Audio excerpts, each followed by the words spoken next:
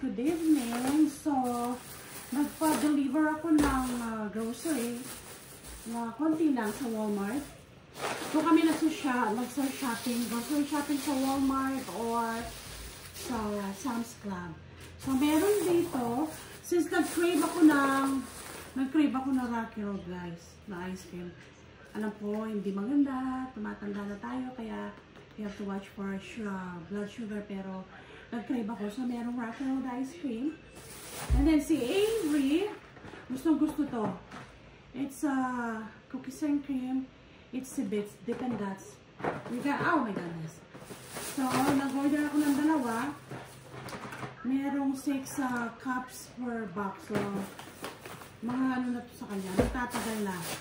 And then, meron ng mozzarella sticks. Favorite din dito ni Avery. Bali niluluto ko lang ito using the air fryer. I would set it up for like 360 degrees Fahrenheit. Tapos, i-air fry lang ng mga 5 minutes for 3 pieces. Ito meron dito. Merong chocolate for Avery again. And then ito, favorite niya, mga dried fruits. Mga caramels. May mga mac and cheese. Madalang lang naman sa mac and cheese. So, kere na. And ito guys, napakasarap nito. Chicharon. Pero ang mahal, $7. Pero kere na. Chicharon siya, pero may mga laman-laman. Masarap ulamin. Ito ang ulamin ko mamaya. Ano na dito guys? It's 5 p.m. And then meron mga spaghetti noodles. Magpapasta ako one of these days. And ito, mga tomato sauce lang. Nakakailangan na para sa caldereta, sa spaghetti. And then, meron dalawang soda dito na Diet Pepsi for my husband. Mahilig sa soda si Greg. And then, meron, tingnan nyo guys, napakalaking, ano tawag dito? Talong. Talong to guys. Pero ano to? $2.78.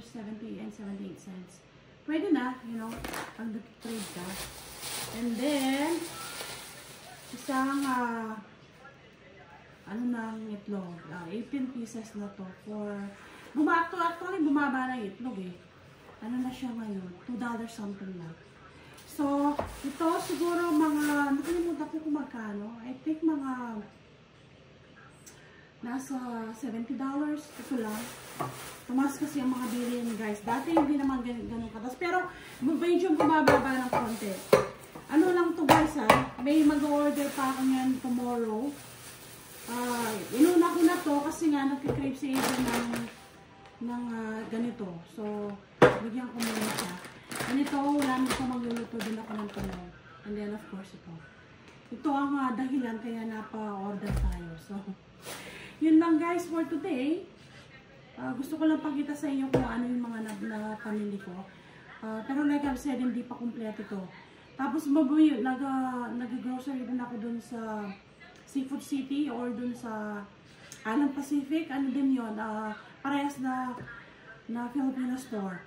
Merong mga isda doon. Merong mga Filipino products. Nagpapadeliver din ako doon or minsan akong pumupunta para makita ko yung mga tinda nila. Pero madalas delivery lang. Kasi since pandemic na uso yung delivery, magbabayad ka lang. Or tulad sa Walmart, nagbabayad ako ng yearly ng $100. Free delivery na yun. Free delivery na as long as $35 above yung purchase mo. And then magtitip lang. Pero sa ayun, naisa pa yung nag-order ako sa sa Seafood City and Island Pacific, basta $60 and above. Tapos ilagay mo lang yung promo na free 60, yung free delivery na yun, magtitip lang. Ganun yun.